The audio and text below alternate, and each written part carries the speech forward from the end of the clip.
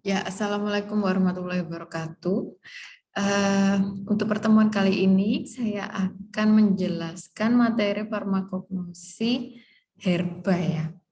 Nah, sebelumnya sudah saya share PPT ini. Harapan saya kalian bisa ngeprint PPT-nya, kemudian apa yang saya jelaskan itu bisa kalian catat langsung di PPT-nya.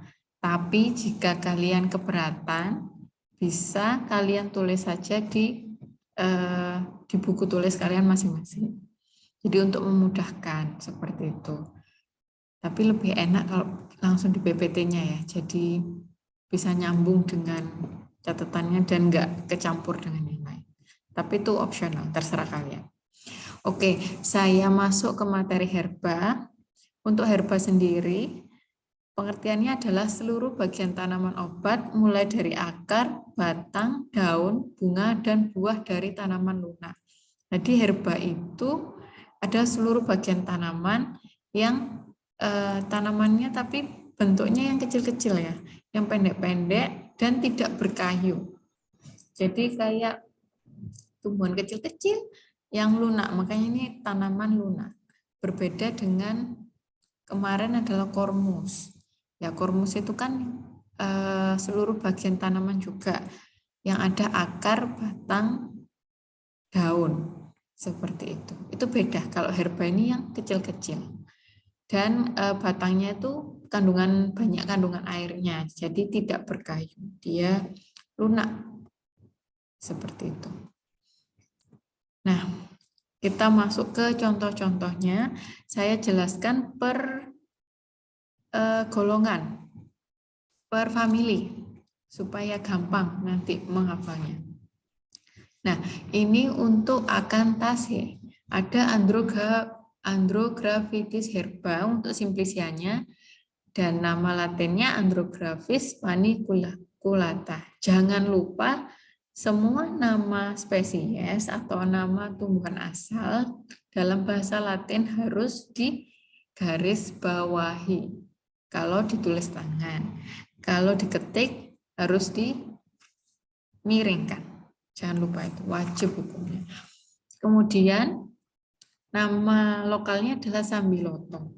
Sudah saya jelaskan di pertemuan sebelumnya untuk materi bulbus, kormus, dan lain-lain itu saya singgung ada brotowali. Nah, ini karakteristik Sambiloto. Dia ini sama-sama sangat pahit. Kemudian dia fungsinya juga sama-sama menurunkan kadar gula dalam darah untuk pengobatan diabetes.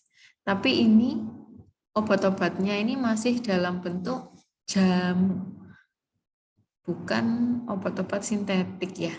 Jadi jamu ini sebagai pendamping saja. Nah, terapi pendamping dari obat-obat kimia. Tapi yang perlu kalian garis bawahi untuk obat-obat diabetes itu kalian harus hati-hati ya. Untuk pendampingan obat-obat diabetes. Obat-obat diabetes itu prinsipnya adalah mereka semua menurunkan kadar gula dalam darah. Ketika ada pasien yang dia sudah minum obat sintetik, kemudian dia minum obat herbal, itu sangat perlu dimonitor. Karena kedua-duanya ini sama-sama menurunkan kadar gula dalam darah. Ketika kadar gula dalam darahnya turunnya itu sangat drastis atau sangat ngedrop, pasien itu akan mengalami hipoglikemi atau kadar gula darah yang sangat rendah. Bisa jadi dia pingsan hingga meninggal. Jadi ketika kalian nanti di lapangan, ketika kalian harus menawarkan obat yang fungsinya untuk menormalkan kadar gula dalam darah, apalagi yang jamu-jamuan ini, atau yang suplemen-suplemen kesehatan, kalian harus berhati-hati dan harus memastikan bagaimana cara minumnya, agar ketika mereka minum, nggak tiba-tiba justru malah mereka ngedrop. Karena penurunan kadar gula yang drastis itu bisa menyebabkan drop. Drop itu kenapa bisa menyebabkan kematian? Karena gulanya sangat rendah sehingga tubuhnya nggak kuat. Sedangkan makanan kita adalah gula. Apalagi otak, itu makanannya adalah gula. Jadi ini sangat fatal ya kalau penggunaannya tidak tepat. Kemudian untuk jamu atau obat herbal, kalian lihat di sini ada POM TR. Nah, ini adalah nomor registrasi di Balai POM. Ini bisa dipalsukan atau orang ngawur aja terus taruh aja di sini. Itu bisa. Maka dari itu, gimana caranya kita tahu apakah obat ini aman atau tidak? Kita harus cek. Ceknya di mana? Di website BPOM. Kalian bisa ketikkan. Jadi websitenya sebentar. BPOM. Cek produk bpom.go.id. Nah, di sini ada keluar.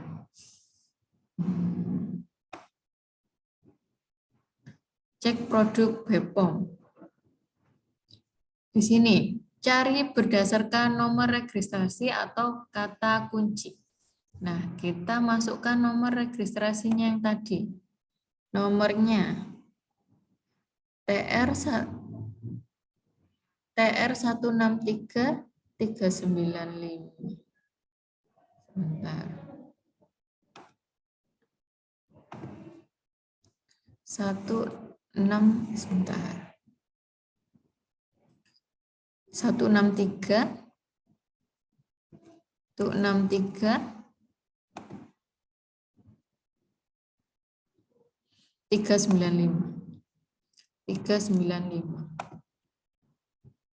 871. Kita klik cari. Nah, data tidak ditemukan. Nah, kalian perlu curiga ya. Atau kita cari yang lain, nama produk misalnya. Nama produk, mungkin harus ada TR. Nah, Denatur Sambiloto, kita lihat Sambiloto.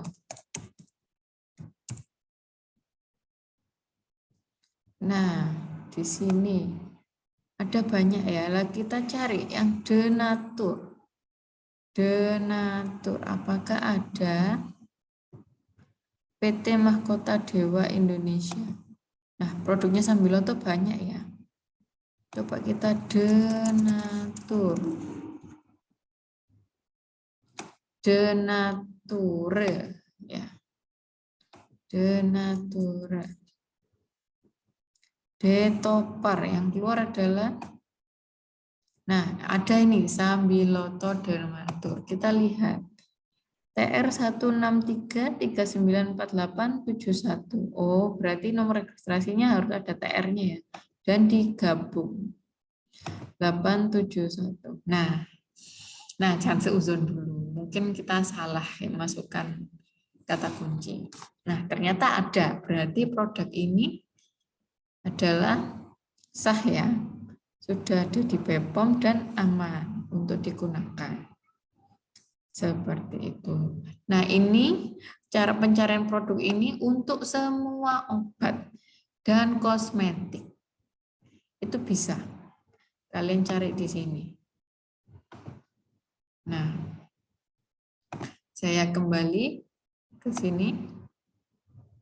Nah, jadi begitu ya.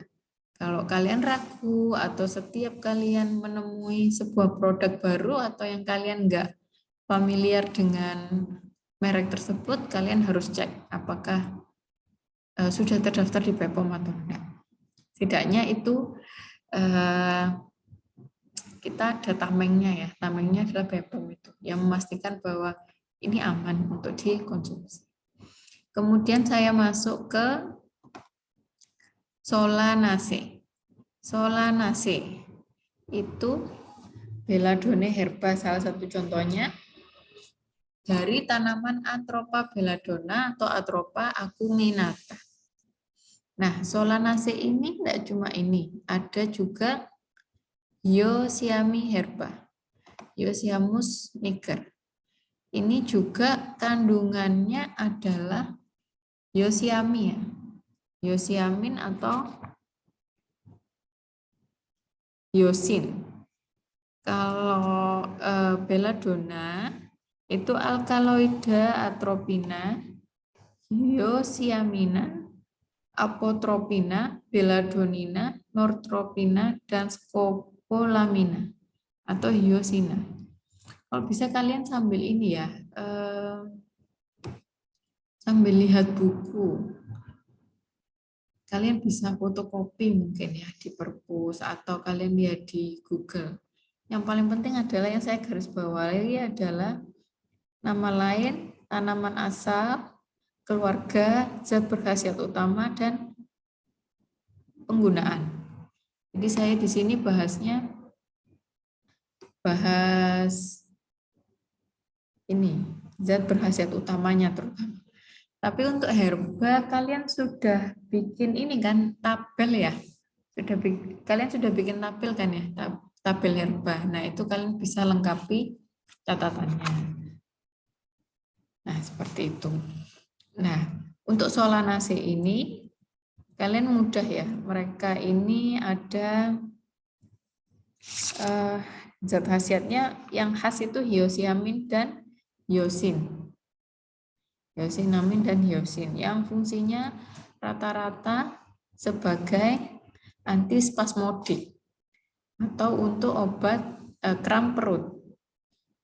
Bisa karena mulas karena haid atau misalnya diare yang perutnya sampai melilit gitu bisa dikasih. Ini dari golongan Solanacea. Nah, ini spasminal dilihat ada belladonna ekstrak dari ekstrak belladonna. Dan ini sudah obat sintetik. Jadi dia golongan obat keras. Seperti itu. Contohnya spasminal. Contohnya spasminal atau antispasmodik itu untuk relaksan otot polos. Jadi perut ini kan banyak otot polosnya. Ketika melilit itu dia berkontraksi ya. Kayak ngeret gitu. Dikasih antispasmodik supaya dia relaks. Jadi kramnya atau mulasnya hilang. Nah, ini Buscopan. Kalian lihat Buscopan itu isinya apa? Hyosin, butil, bromid. Hyosinnya ini loh yang dari tanaman Hyoscyamus niger. Tapi tadi di Atropa belladonna juga ada. Ini sama antispasmodiknya, spasminal dan Buscopan. Itu. Nah, kemudian saya jelaskan lebih lanjut ke Atropa belladonna di tanamannya atau disebut nightshade. Jadi tanaman ini adalah tanaman semak beracun berasal dari Asia dan Eropa. Tanaman ini menghasilkan buah beri hitam yang tidak boleh dimakan. Nightshade menurut NHS tidak aman dikonsumsi secara langsung. Memakan buah atau daun dari tanaman ini dapat menyebabkan kematian. Kontak kulit langsung dapat menimbulkan alergi ruang kulit. Nah, itu sebabnya zaman dahulu getah tanaman ini sering digunakan sebagai racun yang dioleskan pada ujung panah. Jadi, persepsi bahwa semua herbal itu aman itu adalah persepsi yang salah. Ada tanaman yang beracun. Tanaman beracun itu bisa dijadikan obat karena dia punya efek farmakologi. Tapi bisa beracun karena konsentrasi di dalam tanamannya itu besar. Misalnya kayak tadi sambiloto atau brotowali. Kalau terlalu banyak atau konsumsinya tidak benar, dia kan bisa menyebabkan ngedrop.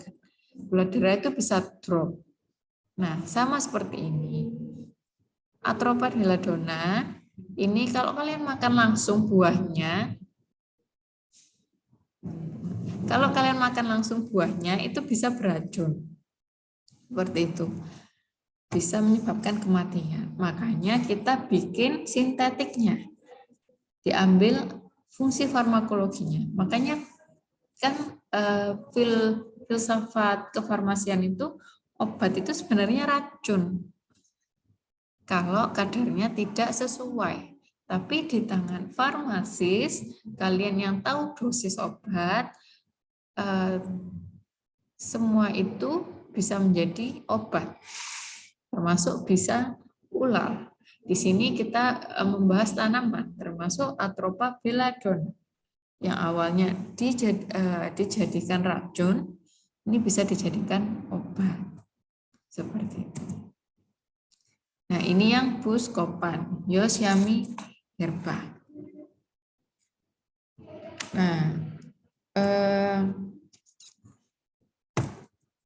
Nah, ada lagi yang Solanaceae.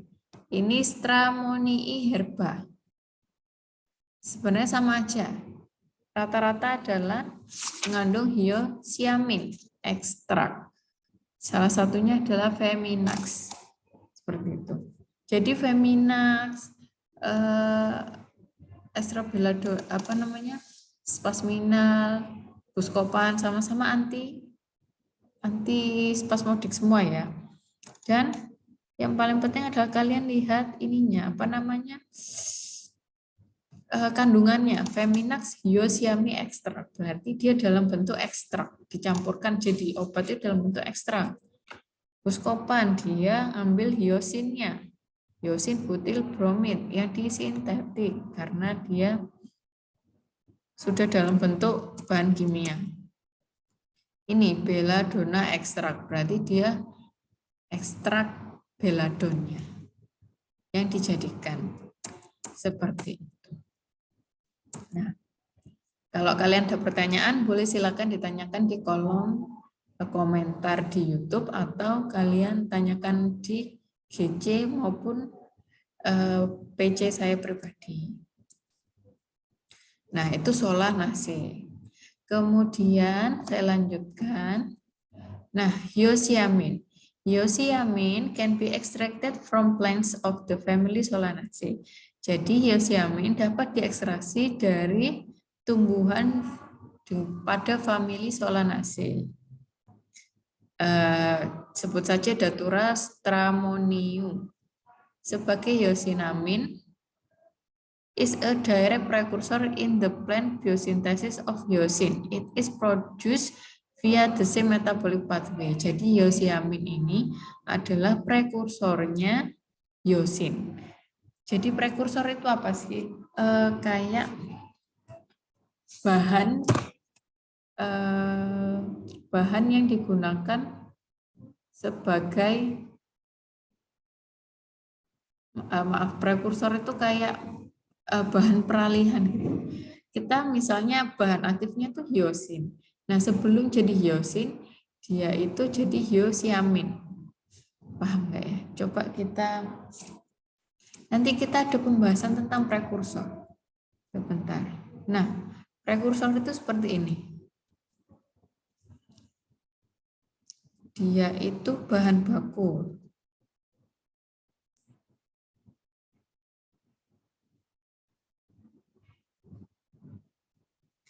Nah, misalnya ini, untuk membuat metamfetamin, ini bisa dari efedrin. Jadi nggak langsung metamfetamin. Kita bikin efedrinnya dulu untuk jadi metamfetamin itu bisa. Itu namanya prekursor. Nah, ini saya dapat definisinya. Prekursor adalah zat atau bahan pemula atau bahan kimia yang dapat digunakan sebagai bahan baku suatu bahan farmasi. Jadi dia adalah bahan awalnya, bahan mulanya. Sebelum jadi metamfetamin, dia itu jadi efedrin. Begitu juga dengan hyoscyamin. Nah, hyoscyamin dia ini prekursornya untuk menjadi hyosin. Seperti itu. Jadi hiosiamin, hiosin sama aja ya fungsinya. Seperti itu. Kita lanjut ke apiase. Nah, apiase ada Centella herba dari Centella asiatica. Jadi bentuknya seperti ini ya, khas bentuknya. Nah, kita lihat kandungannya apa. Kalian sambil lihat ini ya, sambil dibuka juga tabel herba kalian. Kan kalian nggak punya buku, makanya saya suruh kalian bikin tabel. Nah, apiase, Centella herba. Dia ini zat berkhasiat utamanya adalah campuran damar dan minyak atsiri yang disebut velarin, zat mineral, alkali sulfat, zat penyamak, glukosida, asiatikosida. Itu. Nah, contohnya obatnya ini ya. Si putih untuk membantu mengurangi lendir yang berlebih pada daerah kewanitaan. Nah, kalau di buku nggak ada ya, kegunaannya diuretika, amara, tonikum, astringensia, dan obat sariawan. Kita lihat. Nah, di sini ada Centella herba. Ternyata ternyata yang dipakai adalah asiatikosidnya. Ada nggak ya? Oh iya, ada glukosidanya. Kalian lihat di zat berkhasiat ya. Ada glukosida, asiatikosida. Dia dapat menghambat pertumbuhan bakteri karena menghasilkan zat yang berfungsi sebagai antibiotik. Jadi kalau keputihan itu kan banyak bakteri yang tumbuh sehingga bisa menyebabkan gatal atau keputihan. Nah, di Centella herba ini dia menggunakan senyawa ininya sebagai antibiotik yang memiliki fungsi atau aktivitas seperti antibiotik. Seperti itu. Nah, jadi kalau kalian lihat, kepengen tahu emang contoh obatnya apa sih, kalian harus cari aja di Google komposisi obatnya apa. Nah, kayak gitu. Jadi dilihat di komposisi obatnya. Dia mengandung obat herbal apa, tanaman herbal apa. Nah, ini yang lainnya. Selain itu ada Levantopifolio, daun tapak 5, sebagai antiinfeksinya. Kemudian ada Piperis folium, daun sirih. Ini senyawa fenol, membunuh kuman-kuman. Nah, dia sebagai desinfektan dan anti jamur. Kemudian majaan atau gale dapat mengatasi masalah keputihan. Kurkume domestique rhizoma atau kunir, kurkuminnya atau minyak atsirinya sebagai antimikrobal spektrum luas. Seperti itu. Nah, kemudian lanjut ke equisetase.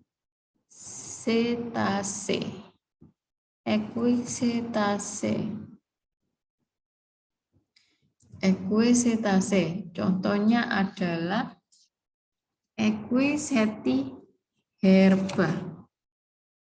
Equiseti herba. Nah, dari Equisetum debile. Equisetum debile. Nah, dia zat berkhasiat utamanya ada kalium, asam kersik, dan saponi. Nah, untuk penggunaannya sebagai diuretika. Apa itu diuretika? Dia memperlancar kencing. Dia bukan memperlancar kencing sebenarnya. Dia mengeluarkan air-air yang dalam tubuh melalui kencing. Diuretika itu seperti itu. Fungsinya apa? Fungsinya untuk menurunkan tekanan darah. Jadi tekanan darah itu diturunkan melalui cairan dalam tubuh itu dikeluarkan, atau cairan di dalam darahnya itu dikeluarkan. Jadi volume darahnya turun, tekanan darahnya turun. Seperti itu. Nah, kita masih menggunakannya secara tradisional. Jadi ini diseduh ya. Ini tumbuhannya seperti ini. Kelihatan ya, khas ya. Kemudian ini kalau sudah dikeringkan seperti ini. Kemudian diseduh. Seperti itu. Nah, ini nama lainnya greges otot, rumput betung. Seperti itu. Jangan lupa ya, nama lain juga harus kalian perhatikan. Saya biasanya juga tanyakan nama lain. Kemudian Evedraceae. Famili Evedraceae ada berapa? Oh, ada satu tadi. Evedraceae, Evedra equisetina herba. Jadi bisa dari tanaman Evedra equisetina atau Evedra sinica. Obatnya yang sudah disintetik adalah obat evedrin. Evedrin ya, ini dalam bentuk injeksi, ini dalam bentuk tablet. Nah, zat berkhasiat utamanya evedrina dan pseudoevedrin. Evedrin ini yang zat yang berkhasiatnya itu evedrin sebenarnya. Nah, tapi evedrin ini sering disalahgunakan ya. Jadi kadang-kadang juga dibuat dalam bentuk pseudoevedrin. Kalian lihat, evedrin ini termasuk obat keras. Kalau pseudoevedrin, dia bisa obat keras, bisa obat bebas terbatas. Ya, bebas terbatas. Tapi bagaimanapun mereka semua evedrin maupun pseudoevedrin itu adalah prekursor. Lihat struktur kimianya hampir sama ya. Ada OH di sini. Cuma perbedaannya adalah di ininya. Kalian belum diajari ya, di kimia ini sebenarnya. Ke isomernya ini yang beda. Nah, ada struktur yang berbeda. Hampir sama ininya. Cuma isomernya aja yang beda. Kalian nanti lebih lanjut, nanti kalian belajar di kimia. Di kimia ya, katanya Bu Indra ya, perbedaannya di mana ini? Bu, ini strukturnya evedrin atau pseudoevedrin? Perbedaannya ini maksudnya gimana ya? Panjang kalau saya jelaskan di sini. Jadi ini tuh OH-nya tuh lebih ke arah sini. Kan misalnya seperti ini. OH-nya itu ke arah sini dengan yang OH yang arah sini itu sudah beda. Sudah beda nama. Yang satunya evedrin dan satunya pseudoevedrin. Seperti itu. Dan semua ini adalah prekursor. Evedrin maupun pseudoevedrin adalah prekursor. Kalau pseudoevedrin itu kan hampir sama kan tadi ininya apa namanya? Strukturnya. Nah, itu sama aja. Nanti kalau pakai agen reduksi akan menjadi metamfetamin. Metamfetamin ini adalah obat-obatan terlarang, masuk narkoba. Jadi maka dari itu yang mengandung evedrin maupun pseudoevedrin itu termasuk golongan prekursor. Prekursor kalian kalau di lab resep harus menggunakan pemesanannya menggunakan SP khusus atau surat pesanan khusus. Dan penempatannya tidak boleh sembarangan. Penjualannya juga harus terkontrol. Jangan sampai kalian jual kemudian dioplos sama orang-orang.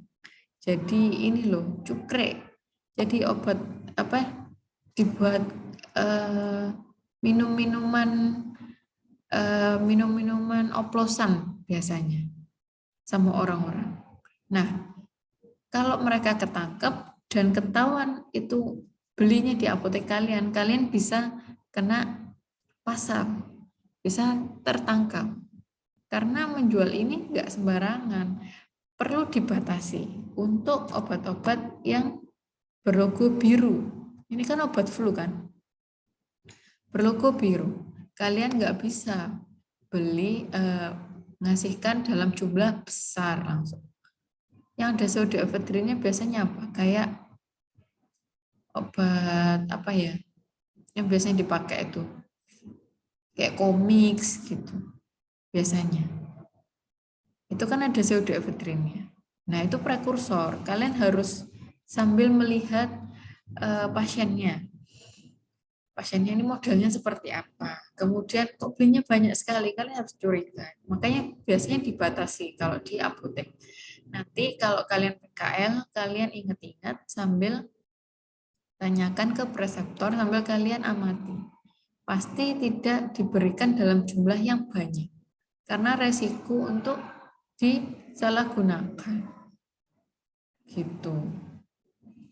Nah, kemudian biasanya rata-rata pseudoephedrine ini yang logonya biru atau yang bebas terbatas itu, dia tuh sudah dalam bentuk campuran.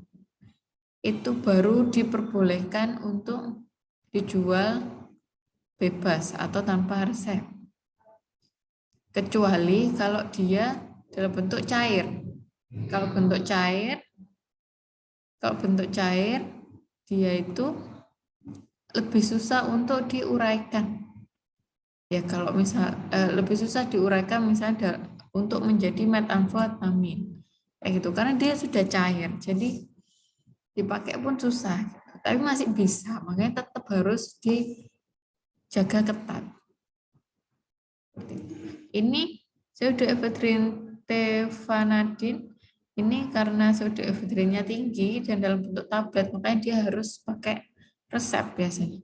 Biasanya Rinovet, Tremenza, itu bahan-bahan yang atau obat-obat yang biasanya di apotek harus wajib pakai resep dokter. Nah, ini tadi prosesnya ya, dari ephedrine menjadi metamfetamin.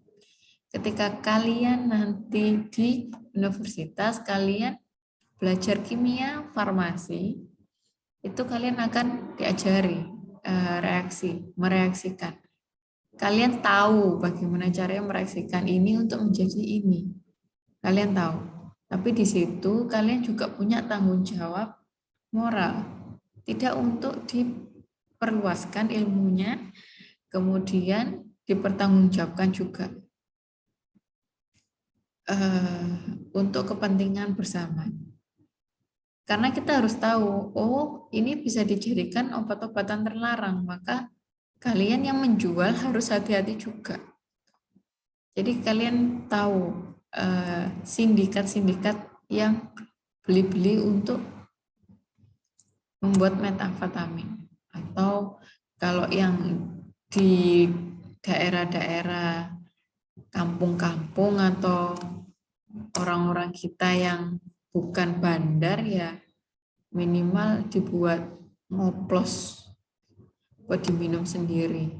Mungkin itu nggak ada dosisnya kan ya. Ya itu rawan untuk meninggal. Kalau setelah ngoplos-ngoplos sendiri, dicampur-campur apa sendiri, itu rawan dan sering kali meninggal ya. Kayak gitu. Kemudian Euphorbiaceae. Euphorbiaceae, ada Hirte herba dan ada Pilanti herba. Kita ke Hirte herba dulu. Ada Euphorbia hirta atau nama lainnya adalah patikan kebo atau gendong anak. Nah, di sini zat berkhasiat utamanya adalah alkaloida dan damar. Alkaloida itu ciri khasnya adalah dia biasanya pahit. Alkaloid ya. Jadi yang pahit nggak cuma sambiloto dan brotowali, walaupun itu emang sangat pahit. Tapi alkaloida biasanya juga rasanya rada pahit-pahit sedikit. Makanya di pemberiannya ada bau lemah dan rasa agak pahit. Itu ada alkaloidanya. Kemudian contoh obat-obatnya adalah ini yang herbal dan yang di pasaran ada laserin ya. Laserin ini obat, lihat logonya, jamu. Berarti dia obat herbal.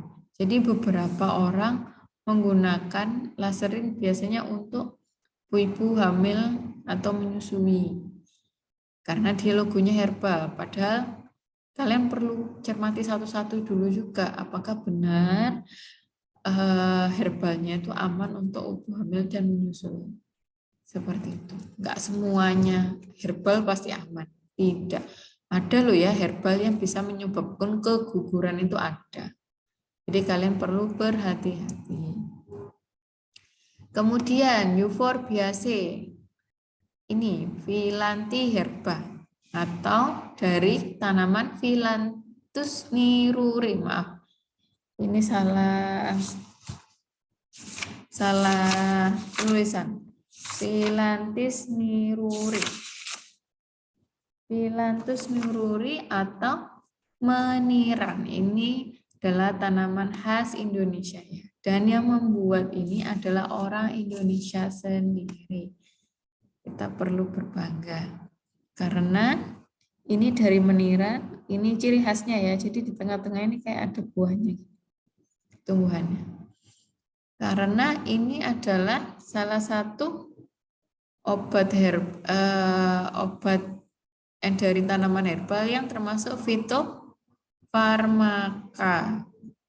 Fitofarmaka itu adalah golongan obat tradisional yang sudah melalui uji preklinis dan klinis. Seperti itu. Sudah saya jelaskan ya. Perbedaan antara jamu, OHT, dan fitofarmaka. Nah, salah satu contohnya yang paling terkenal adalah stimuno. Jadi kalau ketika ada stimuno, kalian harus otomatis ingat meniran, stimuno, Phyllanthus niruri, kayak gitu. Ini sudah sangat terkenal sekali. Supaya untuk apa? Memperbaiki sistem imun atau untuk peningkatan daya tahan tubuh. Nah, zat berkhasiat utamanya zat pahit phyllantin, damar, mineral, dan zat penyama. Kalau di buku tulisannya penggunaannya diuretika. Jadi kalian hafalkan yang obat-obat yang di pasaran itu fungsinya apa dan fungsinya yang ada di buku. Tapi biasanya saya cari yang khusus atau yang spesifik. Kalau sudah ada obatnya ya fungsi obatnya yang kalian ingat. Seperti itu. Kemudian kita ke Lamiaceae. Lamiaceae itu ada berapa ini? 1, 2, 3, 4. Oh, ini golongan terakhir ya. Ini golongan terakhir. Lamiaceae yang pertama ada Menthe arvensis herba atau Mentha arvensis. Nah, ini adalah daun mint. Daun mint. Ini banyak sekali ada di obat-obat herbal. Di lasarin tadi juga ada. Pasti ada. Berarti selain ada Hirte herba, dia juga ada mintnya. Kalian lihat di sini. Menthe arvensis herba, daun mint 10%. Nah, di OB herbal juga ada ini. Ada enggak ya? Oh enggak, di OB herbal ini dia lebih, oh ada Menthe arvensis folia, tapi pakai folium. Nah, yang Lamiaceae lainnya di sini ada Mentha piperita atau Menthe piperita herbanya. Jadi sama, hampir sama ya. Tapi ini lebih ke apa ini benar? Ini namanya peppermint ya kalau Lamiaceae. Mentha arvensis ini sebentar. Kita lihat dulu di buku. Mohon maaf, Mentha arvensis itu daun koko nama lainnya. Zat berkhasiatnya minyak atsiri yang mengandung mentol. Mentol itu yang isis-isis itu ya. Nah, kemudian kalau Mentha piperita itu baru dia yang namanya peppermint. Biasanya ada di ini loh, minyak essential oil biasanya pakai daun peppermint. Dia pakai Mentha piperita. Di sini apakah ada Mentha piperita? Oh, dia pakai Mentha arvensidis ya. Oh, ada ini oleumnya, Mentha piperita. Jadi kalau Mentha piperita ini kebanyakan yang diambil oleumnya ya. Jadi yang ditambahkan di sini adalah yang sudah dalam bentuk oleumnya. Terus ini kan dipakai buat essential oil, biasanya di diffuser yang bisa mengeluarkan jadi uap air itu loh, dari air jadi uap air. Buat ruangan jadi lembab biasanya. Begitu. Di sini apakah ada? Enggak ada ya. Jadi itu perbedaannya Mentha piperita dan Mentha arvensis. Beda ya. Nama lainnya beda. Satu daun pucuk, satunya peppermint. Herba peppermint. Yang ini lebih ke daunnya yang dipakai. Kalau ini ke oleumnya yang dipakai. Jadi dalam bentuk oleum. Nah, kemudian ini ada Serpili herba, Thymus serpilum atau daun timi. Di sini ada di OB herbal ini ada Thymus vulgaris herba. Nah, di sini ada ekstrak timi. Jadi kalau biasanya ada di masakan-masakan Itali, beberapa itu kan bukanya ditaburkan daun timi. Nah, itu ini Thymus serpilum. Jadi golongan lamiase ini lebih ke arah yang isis-isis itu loh. Yang rasanya isis-isis. Nah, biasanya ada di obat-obat batuk. Silek ini juga obat batuk ya. Lihat ini, golongan jamu. Ada ekstrak timi. Ada dia ekstrak serpilinya juga. Seperti itu. Sudah ekstrak timi, sudah serpili juga ya. Double-double. Oh maaf, mohon maaf. Jadi yang serpili herba itu Thymus adalah herba serpili. Mohon maaf ya, salah. Kalau yang satunya Lamiaceae yang timi herba atau Thymus vulgaris ini baru yang timi, yang daun timi. Nah, kalau ini adalah daun serpili. Makanya di silek sini beda ya. Ekstrak timi ada ekstrak serpili. Tapi rata-rata ini golongan kayak golongan min gitu. Biasanya ada di obat batuk. Dan kalian perlu tahu contoh-contoh obat batuknya yang mengandung ekstrak timi atau ekstrak serpili. Itu kalian hafalkan. Misalnya Silex contohnya. Silex, terus ini OB herbal, kemudian Laserin, dan masih banyak lagi ya. Rata-rata obat batuk biasanya pasti ada daun minnya, golongan min, golongannya Lamiaceae, seperti itu. Sampai sini ada yang ditanyakan. Nah, saya juga tambahkan beberapa, misalnya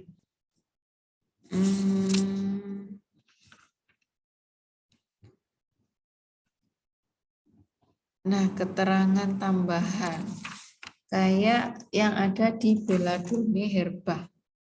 Belladonna herba.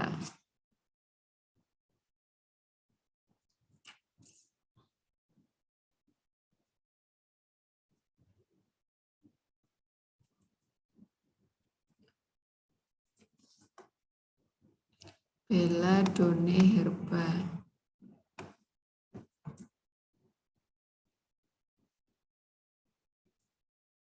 Nah, ini. Nah, dia itu sediaannya kalau di FI, di Farmakope Indonesia itu ada Belladonna pulvis, itu dalam bentuk serbuk. Kemudian ada dalam bentuk tinktur, Belladonna tinctura. Nanti kalian belajar tinctura di kelas 11. Kemudian Belladonna digitalis valeriana tinctura. Dan ada Belladonna extractum atau Belladonna extract. Nah, yang Belladonna extract ini nanti yang dibuat bahan baku obat. Seperti itu. Kemudian Ada beberapa keterangan tambahan lagi. Coba kalian lihat.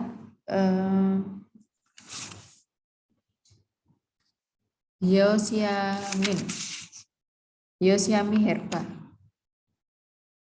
Hyoscyamine herba.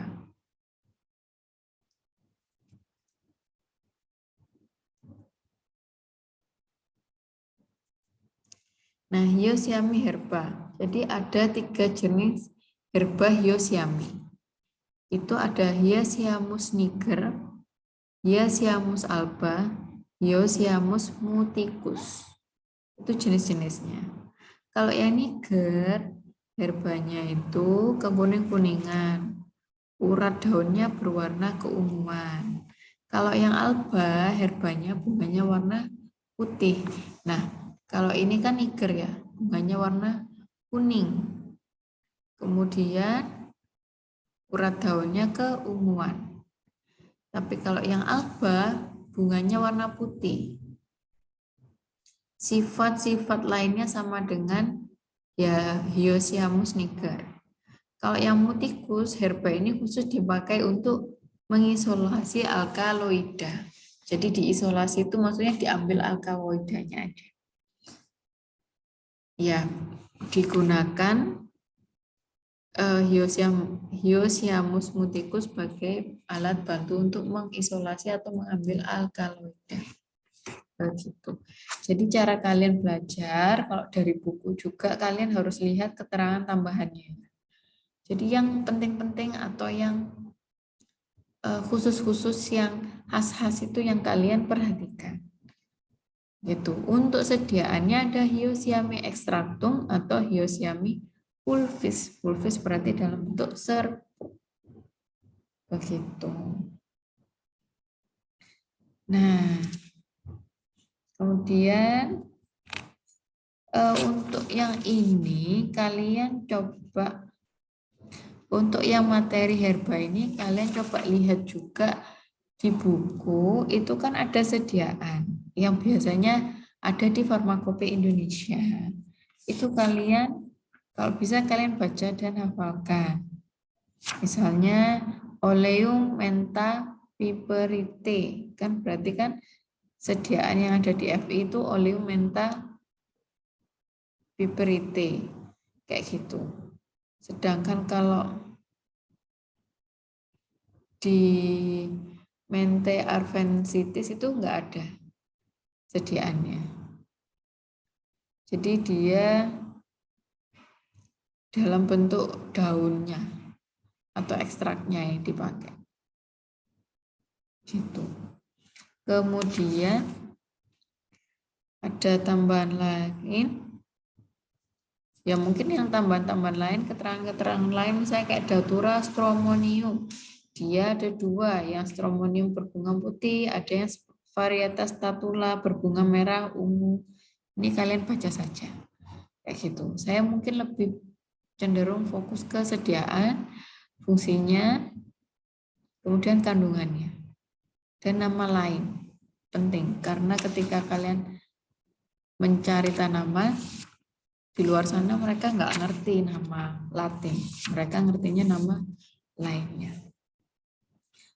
Ya, saya akhiri dulu pertemuan hari ini. Jika ada pertanyaan, langsung saja di kolom komentar atau langsung WA saya, maupun di grup juga boleh. Jadi semuanya bisa menyimak. Begitu. Kemudian jangan lupa untuk tabel herbanya yang belum dikoreksi ketika tatap muka, kalian jangan lupa di GC ya. Di GC jangan lupa diupload. Kemudian PR-PR-nya lain juga dikumpulkan, jangan lupa dikumpulnya selalu di GC. Jadi kalian kalau lupa bawa, kalian masih ada bukti mengerjakan. Seperti itu. Nah, saya akhiri. Semoga ilmunya bermanfaat. Wassalamualaikum warahmatullahi wabarakatuh.